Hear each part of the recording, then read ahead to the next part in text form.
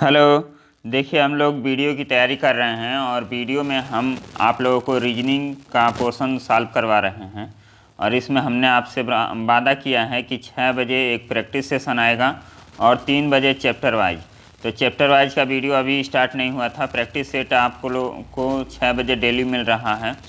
तो आज से डेली आप लोगों को 3 PM पे ये practice session chapter wise video मिलेगा। इसमें देखिए, हम लोग डाइस आज पढ़ने वाले हैं। काफ़ी आसान चैप्टर हैं और इसमें हम लोग आज पढ़ेंगे क्लोज डाइस। आज के बाद आप लोगों को क्लोज डाइस में कोई दिक्कत नहीं होगा। इसको देखने के बाद इसका कॉन्सेप्ट बहुत ही सिंपल है और इसको हम लोग कैसे समझेंगे इसको देखेंगे।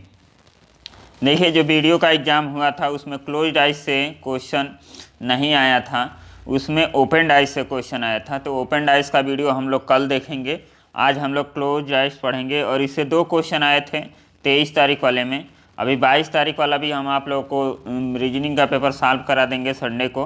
तो उसमें देखिएगा कि कितना क्वेश्चन पूछा गया है। तो चलिए हम लोग देखते हैं। ये पार्ट 1 है और इसको हम लोग समझते हैं। देखिए, पार्ट 1 क्लोज डाइस और कल आएगा part 2 open dice. Open dice का कल आप लोगों का लेक्चर होगा। इस 2 वीडियो को देखने के बाद आपको डाइस से कोई भी दिक्कत नहीं होगा। कितना भी मुश्किल सवाल होगा आप लोग कर जाएंगे। तो चलिए हम लोग देखते हैं कि डाइस होता क्या है। देखिए, डाइस में 2 डाइस होते हैं। एक स्टैंडर्ड डाइस होता है, एक जनरल डाइस होता है। आप सभी पढ़े होंगे।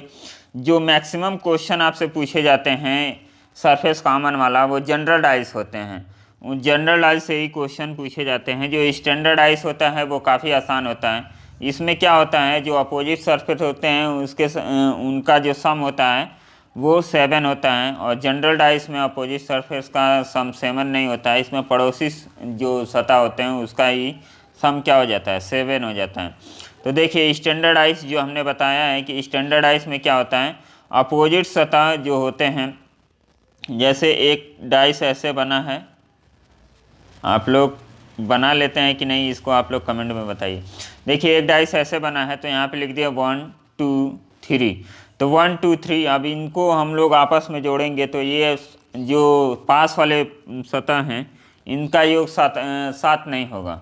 तो इसमें क्या होगा, अपोजिट सरफेस आपको निकालना होगा। तो ये स्टैंडर्ड डाइस आपको मान के चलना है। एक का अपोजिट क्या हो जाएगा, 6 हो जाएगा। 2 का अपोजिट 5 हो जाएगा। 3 का अपोजिट 4 हो जाएगा। ये केवल स्टैंडर्ड आइस में होता है। यदि स्टैंडर्ड आइस न होता तो यहाँ पे जो सरफेस हैं इनके ही योग क्या हो जाते, 7 हो जाते। आगे जैसे जैसे लेक्चर में हम बढ़ेंगे आप लोगों के सारे डाउट क्लियर हो जाएंगे। और इसके बाद भी आप लोगों को कोई डाउट बचता है तो आप कमेंट करके बताइएगा, हम उसको ज़रूर सॉर्ट आउट करेंगे। चलिए देखते हैं कि ये स्टैंडर्ड आइस। स्टैंडर्ड आइस क्या होता है। अब देखिए, स्टैंडर्ड आइस हमने यहाँ बनाया है। जैसे लिखा है 6 5 और 4, यहाँ पे हमने लिख दिया। अब यहाँ पे देखिए 5 और 4 का सम क्या होगा, 9 हो गया, 7 नहीं हुआ। 6 और 4 का सम कितना हो गया, 10 हो गया। और 6 और 5 का सम कितना हो गया, 11 हो गया।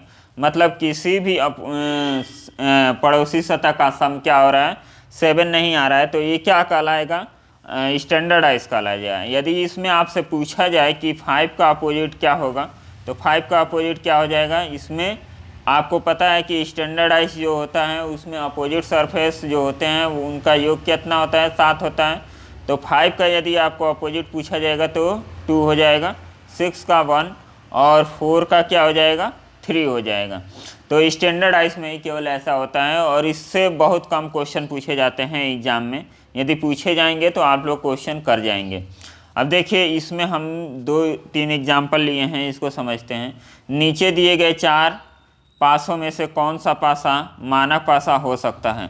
अब देखिए, हमें देखना है कि मानक पासा होने का कंडीशन क्या है, कि अपोजिट सतह का योग 7 होता है और पड़ोसी सतह का योग 7 नहीं होता है। तो इसमें देखिए हम लोग क्या करेंगे, 6 1 7 मतलब ये नहीं हो सकता है। 4 3 7 ये नहीं हो सकता है। और 5 2 7 ये नहीं हो सकता है। तो ये वाला क्या हो सकता है कि ये स्टैंडर्ड आइस हो सकता है। चलिए नेक्स्ट क्वेश्चन देखते हैं। नेक्स्ट क्वेश्चन में क्या है, इसमें स्टैंडर्ड आइस नहीं हो सकता है। कौन सा ऐसा पासा है जो स्टैंडर्ड पासा नहीं हो सकता है, मानक पासा नहीं हो सकता है। तो इसको आप लोग देखिए, इसमें क्या क्या हो सकता है। तो ये क्या 3 और 4 7 ये नहीं हो सकता है। फिर और केवल एक ही पूछा है तो यही ऑप्शन हो जाएगा, तो यही क्या हो जाएगा, ऑप्शन हो जाएगा। पड़ोसी सतह का योग कितना हो गया, 7 हो गया। बाकी इन तीनों में देखेंगे तो पड़ोसी सतह का योग क्या होगा, 7 नहीं हुआ होगा, तो ये डी वाला ऑप्शन आपका हो गया। नेक्स्ट क्वेश्चन देखिए, जनरल डाइस। जनरल डाइस हम लोग पढ़ते हैं, स्टैंडर्ड डाइस में केवल यही एक कॉन्सेप्ट है स्टैंडर्ड डाइस में। तो स्टैंडर्ड डाइस हम लोग का ख़त्म हो गया। स्टैंडर्ड डाइस से क्वेश्चन यदि आते हैं तो आप लोग देख लीजिएगा कि उसमें अपोजिट सतह का योग 7 हो रहा है कि नहीं हो रहा है। मैक्सिमम क्वेश्चन जो पूछे जाते हैं जनरल डाइस से पूछे जाते हैं, उसको हम लोग कैसे देखेंगे। यहाँ पे देखिए ऐसा दिन देखिए मिसप्रिंट हो गया लिखने में। इसका जो सतह होते हैं पड़ोसी सतह, उन्हीं का योग क्या हो जाता है, 7 हो जाता है। तो इसको हम लोग जनरल डाइस कहते हैं। आगे हम लोग समझते हैं, देखिए क्या है जनरल डाइस में 2-3 टाइप के क्वेश्चन आते हैं, 2 टाइप के। जैसे एक सरफेस कॉमन होता है, 2 सरफेस कॉमन होता है, और जब कोई सरफेस कॉमन नहीं होता है तो फिर उसमें जनरल डाइस का अलग से कॉन्सेप्ट लगता है और स्टैंडर्ड डाइस का अलग से कॉन्सेप्ट लगता है। तो चलिए हम लोग देखते हैं जब एक सरफेस कॉमन हो तो उस सवाल को हम लोग कैसे सॉल्व करते हैं। देखिए ये रीजनिंग का सबसे आसान चैप्टर होता है पासा। ओपन डाइस थोड़ा सा मुश्किल हो सकता है, लेकिन ये क्लोज डाइस काफ़ी आसान होता है। इसको देख के ही आप आंसर कर जाएंगे। फिर भी जो एकदम बेसिक लेवल से पढ़ रहे हैं उनके लिए ये वीडियो पर्याप्त है। इसके बाद आपको कोई वीडियो देखने की ज़रूरत नहीं पड़ेगी। यहाँ पे देखिए दिया है 2 डाइस दिए हैं और इसमें आपको बताना है कि क्या कैसे इसका अपोजिट निकालेंगे। अब देखिए इसमें करना कुछ नहीं है, यहाँ पे 3 है और यहाँ पे भी 3 है और बाकी केवल एक सरफेस कॉमन है। तो इस सवाल को हम लोग कैसे सॉल्व करेंगे, जो कॉमन है उसको लिख लीजिए, कॉमन को ऊपर नीचे लिख लिए। अब यहाँ से देखिए जो कॉमन है वहाँ से क्लॉकवाइज या एंटी क्लॉकवाइज आप घूमना है। अब देखिए इसमें ये भी नहीं है कि एक को क्लॉकवाइज घूम रहे हैं और एक को एंटी क्लॉक, तो गलत हो जाएगा आपका आंसर। एक पासा में जिस डायरेक्शन में आप मूव कर रहे हैं वैसे ही दूसरे पासा में आपको मूव करना है। तो देखिए यहाँ से हम यहाँ गए 3, तो 3 के बाद 1, 1 के बाद 5, मतलब क्लॉकवाइज हम घूम रहे हैं तो 5 आ गया। फिर इस पासा में क्लॉकवाइज घूमेंगे तो 3 के बाद क्या आएगा, 2, और 2 के बाद क्या आएगा, 6 आएगा। तो 5 का विपरीत क्या हो गया, 6 हो गया। 1 का विपरीत कितना हो गया, 2 हो गया। और 1 से 6 तक होता है नंबर, 6 सरफेस होते हैं तो 1 से 6 तक नंबर इसमें लिखा गया है। तो जो सरफेस दिखाई नहीं देता है वही क्या हो जाता है, ये इसका कॉमन हो जाएगा। 3 का अपोजिट कितना हो जाएगा, 4 हो जाएगा। इसमें आप लोग डायरेक्ट आंसर भी बता सकते हैं। यदि आपसे पूछ दिया जाए कि 3 का विपरीत कितना होगा तो आपको कुछ करने की ज़रूरत नहीं है, ना ही एंटी क्लॉक ना ही क्लॉकवाइज। आपको जो नंबर दिखाई नहीं दे रहा है वही क्या हो जाएगा, इसका अपोजिट हो जाएगा। हम आपको फिर से बता रहे हैं कि यहाँ पे देखिए जो कॉमन होता है सरफेस वहाँ से हम एंटी क्लॉक या क्लॉकवाइज घूमते हैं और सबका रिजल्ट निकाल लेते हैं। यदि इसमें क्लॉकवाइज आप घूम रहे हैं तो इसमें भी क्लॉकवाइज घूमेंगे, यदि इसमें एंटी क्लॉकवाइज घूम रहे हैं तो एंटी क्लॉकवाइज इसमें भी घूमना पड़ेगा। ऐसा नहीं करना है कि इसमें क्लॉकवाइज और इसमें एंटी क्लॉकवाइज घूमेंगे तो आपका रिजल्ट आ जाएगा, गलत हो जाएगा। आपको एक ही डायरेक्शन में घूमना है दोनों साइड में। तो चलिए एक सतह वाला तो आप लोगों का क्लियर हो गया। नेक्स्ट है 2 सरफेस कॉमन। 2 सरफेस कॉमन में आपसे जो कॉमन नहीं होता है उसी का आपको क्वेश्चन बताना होता है। अब देखिए 5 यहाँ है, 5 यहाँ है, 4 यहाँ है, 4 यहाँ है, तो 2 यहाँ हो गया और 3 यहाँ हो गया। तो जो नहीं कॉमन होता है वही क्या होता है, एक दूसरे के विपरीत होता है। ये क्वेश्चन काफ़ी आसान होता है और इसको करना ज़्यादा बड़ी बात नहीं है। जो सरफेस आपका कॉमन नहीं है वही क्या होता है, एक दूसरे के विपरीत हो जाते हैं। यदि 4 और 5 का अपोजिट यदि आपसे पूछा जाए तो उसको कैसे निकालेंगे उसको हम लोग देखते हैं। अब यहाँ पे देखिए यदि 4 का अपोजिट पूछा जाए कि 4 का अपोजिट क्या हो सकता है, तो आप एग्जैक्ट नंबर नहीं बता सकते हैं। 4 का अपोजिट 1 हो सकता है, जो इसमें नंबर नहीं दिया है वही क्या होगा, इसके होने की पॉसिबिलिटी होगी। 4 1 हो सकता है, फिर 3 दिया है, 3 यहाँ पे दिया है तो 3 नहीं होगा, 2 नहीं होगा, फिर 4 तो दिया, ये 5 और यहाँ पे 6, मतलब 4 का अपोजिट सतह 1 और 5 हो सकता है। वैसे ही 5 का अपोजिट सतह देखा जाएगा तो 6 या 1 हो सकता है। यदि 4 का अपोजिट सतह 1 हो जाएगा तो 5 का अपोजिट सतह क्या हो जाएगा, 6 हो जाएगा। यदि 4 का अपोजिट सतह 6 हो गया तो 5 का अपोजिट सतह क्या हो जाएगा, 1 हो जाएगा। तो इस तरह आप लोगों को लगाना है। टू सरफेस कॉमन जब भी आपको क्वेश्चन आएंगे तो उसमें जो अनकॉमन होते हैं उन्हीं का आपको मैक्सिमम पूछा जाता है कि इनका क्या आंसर होगा। तो यदि 3 का अपोजिट पूछा जाएगा तो डायरेक्ट आप आंसर दे देंगे 2 होगा। नेक्स्ट क्वेश्चन हम देखते हैं। नेक्स्ट टाइप देखिए 3 टाइप होता है, 2 टाइप हम लोग पढ़ लिए हैं। तीसरा टाइप क्या है, इसमें जब कोई सरफेस कॉमन नहीं होता है तो इसको हम लोग कैसे सॉल्व करते हैं। इसमें देखिए जब कोई सरफेस नहीं कॉमन होगा तो फिर से हम कैटेगराइज करेंगे स्टैंडर्ड आइस में और जनरल डाइस में। तो स्टैंडर्ड आइस को सॉल्व करने का अलग तरीका है, जनरल डाइस को सॉल्व करने का अलग तरीका है। इसको हम लोग देखते हैं। अब देखिए फर्स्ट कंडीशन है जब मानक पासा हो, मतलब स्टैंडर्ड आइस हो। तो स्टैंडर्ड आइस में हम लोग क्या करते हैं, हम लोगों को पता होता है कि जो अपोजिट सतह होते हैं उसका योग कितना होता है, 7 होता है। तो इस तरह हम सॉल्व करेंगे। नीचे एक पासे की 2 स्थिति दी गई है, सतह 3 के विपरीत सतह को ज्ञात कीजिए। अब देखिए 3 के विपरीत सतह को ज्ञात करना है, हमें यहाँ पे चेक भी कर लेना है कि ये स्टैंडर्डाइज है कि नहीं। आपको पता है कि जब पड़ोसी सतह का योग यदि 7 हो जाता है तो वो क्या होता है, स्टैंडर्डाइज नहीं होता है। तो यहाँ पे देख लीजिए किसी भी पड़ोसी सतह का योग 7 नहीं है तो क्या हो जाएगा, ये स्टैंडर्डाइज होगा। तो इसको हम लोग कैसे सॉल्व करेंगे, यहाँ पे देखिए 3 का अपोजिट आपसे पूछा गया है तो 3 का अपोजिट क्या होगा, 3 में क्या जोड़ दें कि 7 हो जाए, 4 जोड़ देंगे तो 7 हो जाएगा। तो आंसर आपका ये हो जाएगा। यदि पूछा जाए कि 5 का अपोजिट कितना होगा तो 2 होगा, 6 का अपोजिट 1 होगा। तो इस तरह क्वेश्चन एक कर लेंगे जब कोई सरफेस कॉमन नहीं होगा और वो मानक पासा होगा। तो अब चलिए नेक्स्ट हम देखते हैं जब वह पासा मानक पासा नहीं है, मतलब कि जनरल डाइस है, तो उसमें आप पूछा जाए कि 5 का विपरीत क्या होगा।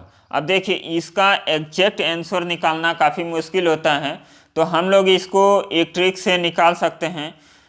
तो देखिए इसको हम लोग कैसे कर सकते हैं कि आपको ये पता है। अब देखिए 5 और 2 7 हो गया और 3 और 4 7 हो गया, मतलब ये स्टैंडर्डाइज नहीं है। तो इसको हम लोग कैसे सॉल्व करेंगे, ये बाहर वाला इसके अपोजिट हो जाएगा, ये अंदर वाला इसके अपोजिट हो जाएगा, ये इसके अपोजिट हो जाएगा। मतलब आप देखिए ऊपर वाला 1 3 के अपोजिट, 5 वाला 4 के अपोजिट और फिर 2 वाला 6 के अपोजिट। इस तरह हम लोग क्वेश्चन का आंसर कर सकते हैं। तो 5 का अपोजिट क्या हो जाएगा, 5 का अपोजिट क्या है, 4 है, तो 4 बी ऑप्शन। ये एग्जैक्ट रूप में हम नहीं कर सकते हैं, लेकिन ऐसे क्वेश्चन को हम लोग निकालते हैं। तो ये एग्ज़ाम में भी नहीं आते हैं, जो इस टाइप के क्वेश्चन एग्ज़ाम में बहुत कम देखे जाते हैं। तो इस टाइप के क्वेश्चन को आप लोग ऐसे ही कीजिएगा।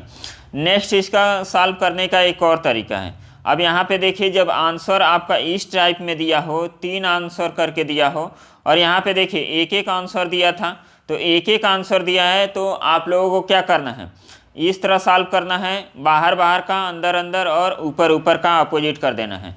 लेकिन जब आंसर आपका 3 दिया हो तो उसमें आप लोगों को कैसे सॉल्व करना है, इसको देखिए। अब 4 का विपरीत पूछा है, तो 4 का विपरीत आप देखिए क्या क्या हो सकता है। तो 4 का विपरीत 2 होगा नहीं, 3 होगा नहीं, क्योंकि ये पड़ोसी सतह है। तो जब 2 नहीं होगा और 3 नहीं होगा तो क्या क्या हो सकता है, आप देखिए 3 नहीं होगा तो ये ऑप्शन कटा, और 3 नहीं होगा तो ये भी ऑप्शन कट गया, और 2 नहीं होगा तो ये ऑप्शन कट गया। तो बचा क्या, 1 5 6, मतलब 4 के अपोजिट होने की संभावना क्या है, 1 है, 5 है और 6 है। तो 3 नंबर हैं जो 4 के अपोजिट होने की पॉसिबिलिटी रखते हैं। तो इसको 2 टाइप से हम लोग सॉल्व करते हैं। एक आपको पहले हम बता दिए, जब एक एक ऑप्शन दिया हो तो बाहर बाहर और अंदर अंदर आप लोग सॉल्व कर देंगे, और जब आपको 3 ऑप्शन दिया हो तो आप ऐसे सॉल्व करेंगे। तो ये हमें लगता है कि आपका डाउट इसमें क्लियर हो गया है। अब चलिए हम लोग क्वेश्चन को सॉल्व करते हैं। कुछ क्वेश्चन हम लोग सॉल्व कर देते हैं ताकि हम लोग का जो कॉन्सेप्ट हम लोग सीखे हैं वो हमारा अच्छा हो जाए। अब देखिए ये सीरियल में पूछा गया क्वेश्चन है, ए के ठीक सामने पूछा जाए या अपोजिट पूछा जाए तो बात वही होता है। हमें निकालना है कि ए का विपरीत क्या होगा। अब 4 पासा दिया गया है, 4 पासा में से हम कैसे निकालें। अब यहाँ पे आपको देखना है कि क्या ऐसा कोई पासा है जिसमें 2 सतह कॉमन है और यहाँ ए कॉमन नहीं है। तो ऐसा आप लोगों को देखने को, अब देखिए हमें सिंपल तरीका, एक सरफेस कॉमन मिल गया, दो सरफेस कॉमन मिल गया, हमें जल्दी से जल्दी आंसर करना होता है। तो यहाँ पे देखिए ए कॉमन है और उसके बाद क्या है, एफ नहीं कॉमन है, बी नहीं कॉमन है इन दोनों में।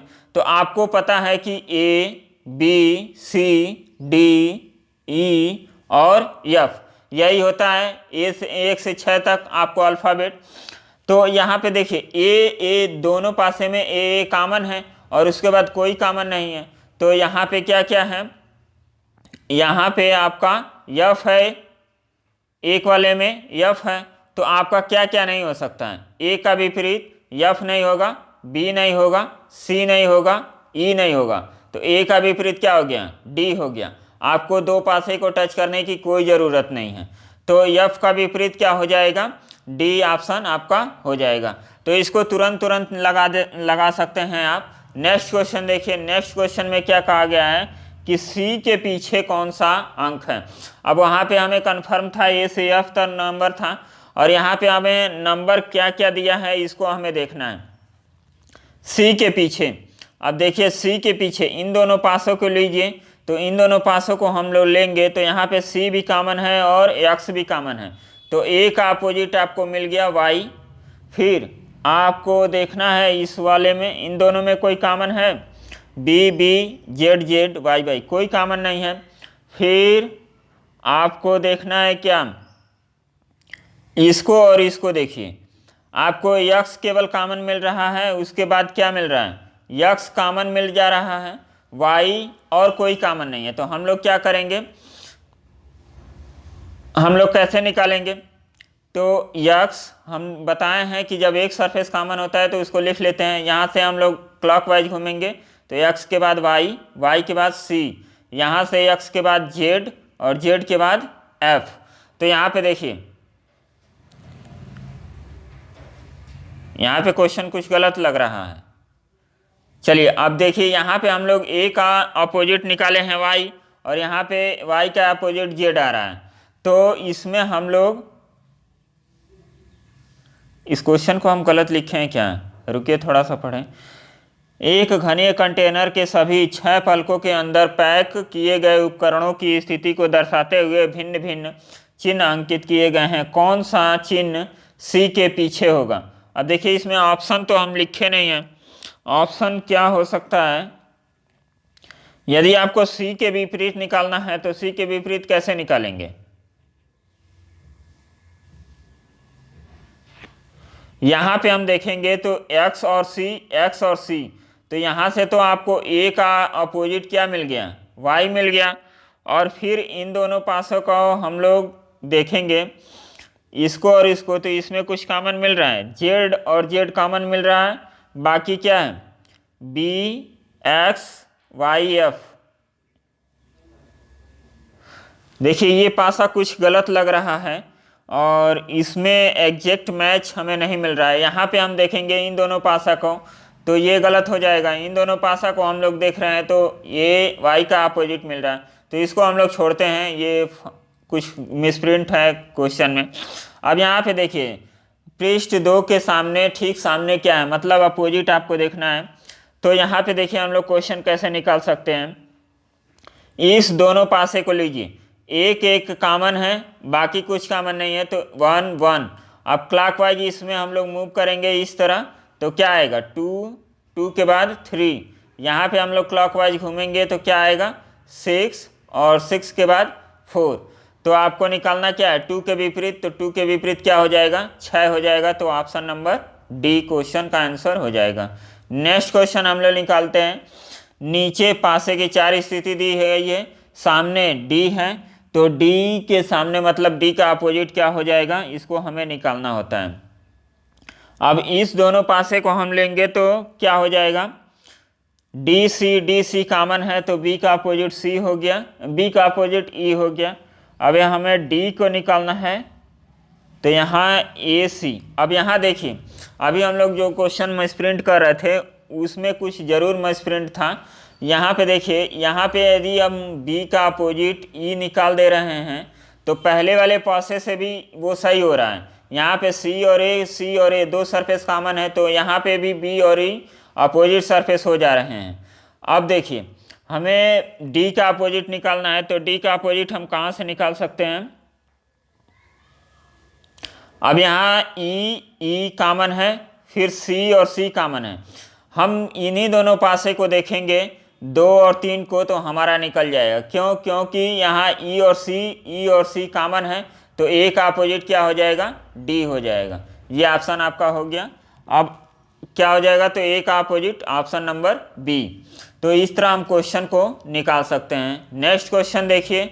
नेक्स्ट क्वेश्चन, इसमें भी ऑप्शन नहीं दिया है, इसको हम लोग निकालते हैं। 7 का अपोजिट क्या होगा?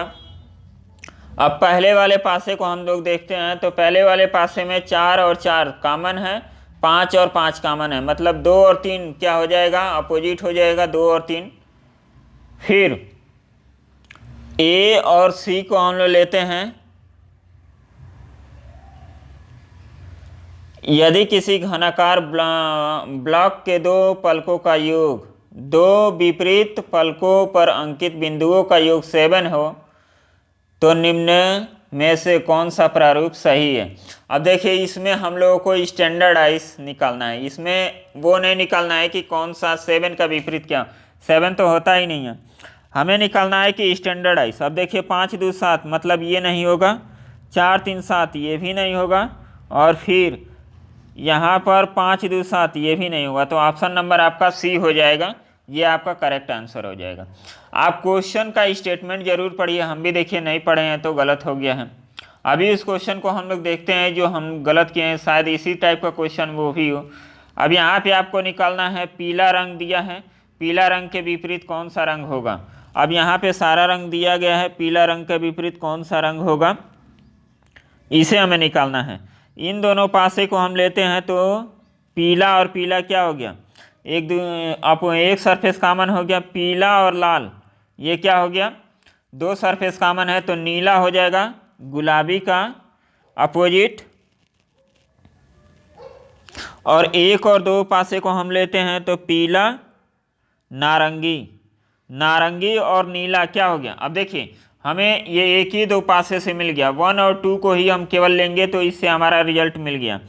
यहाँ पे देखिए, नीला है, नीला है, नारंगी है, नारंगी है, तो 2 सरफेस कॉमन में क्या आंसर होता है? जो कॉमन नहीं होता है वो एक दूसरे के विपरीत होते हैं, तो पीला किसके विपरीत हो जाएगा? बैगनी के। तो इस तरह हम क्वेश्चन को सॉल्व कर देंगे। नेक्स्ट क्वेश्चन देखिए। नेक्स्ट क्वेश्चन में क्या कह रहा है कि इस पासे के एक बिंदु वाले फलक के सामने के फलक विपरीत, मतलब एक का अपोजिट आपको निकालना है कि क्या होगा। अब यहाँ पे देखिए, पहले और दूसरे पासे को लेंगे तो 1 और 2 कॉमन है, दोनों में 2 सरफेस कॉमन का ये मिल रहा है, तो 3 का विपरीत 5 हो जाएगा, इससे तो मिला नहीं। फिर यहाँ पे देखिए, 3 का विपरीत 5, पहले और दूसरे से, दूसरे और तीसरे को हम देखेंगे तो 5 5 और 2 2, तो 1 का विपरीत 6 हो जाएगा, तो बचा क्या? 2 का विपरीत क्या हो जाएगा? 4 हो जाएगा। तो 1 का विपरीत पूछा है, तो 1 का विपरीत क्या हो जाएगा? 6, option number D. Next question करिए। नेक्स्ट क्वेश्चन देखिए, इसके बाद भी क्वेश्चन है, इसके बाद नहीं क्वेश्चन है। अब नेक्स्ट क्वेश्चन हम लोग कैसे कर सकते हैं? नेक्स्ट क्वेश्चन हम जो लास्ट वाला कॉन्सेप्ट पढ़े हैं इसको हम ले देखना है। अब देखिए, इसमें 2 से आपको 12 तक नंबर दिया है, इसमें कन्फर्म नहीं है कि कौन कौन सा नंबर है। तो इस टाइप का क्वेश्चन यदि आप लोगों को देखने को मिले तो आपको कैसे सॉल्व करना है उसको देख लीजिए। उसका ट्रिक, ये सामने वाले के अपोजिट मतलब 2 6 के अपोजिट, ये बगल वाला बगल के अपोजिट मतलब 4 8 के अपोजिट, और ऊपर वाला ऊपर मतलब 10 12 के अपोजिट हो गया। तो इसमें पूछा क्या गया है? 10 का विपरीत तो 12 हो जाएगा, आंसर नंबर बी।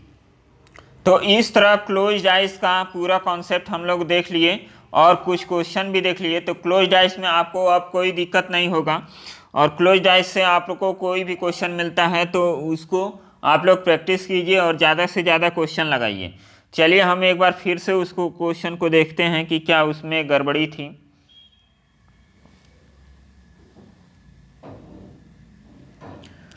देखिए, ये क्वेश्चन इस क्वेश्चन में स्टैंडर्ड आइस आपको निकालना था, स्टैंडर्ड आइस। तो स्टैंडर्ड आइस हम लोग निकाल दिए हैं, इसका ऑप्शन क्या होगा? 6 होगा।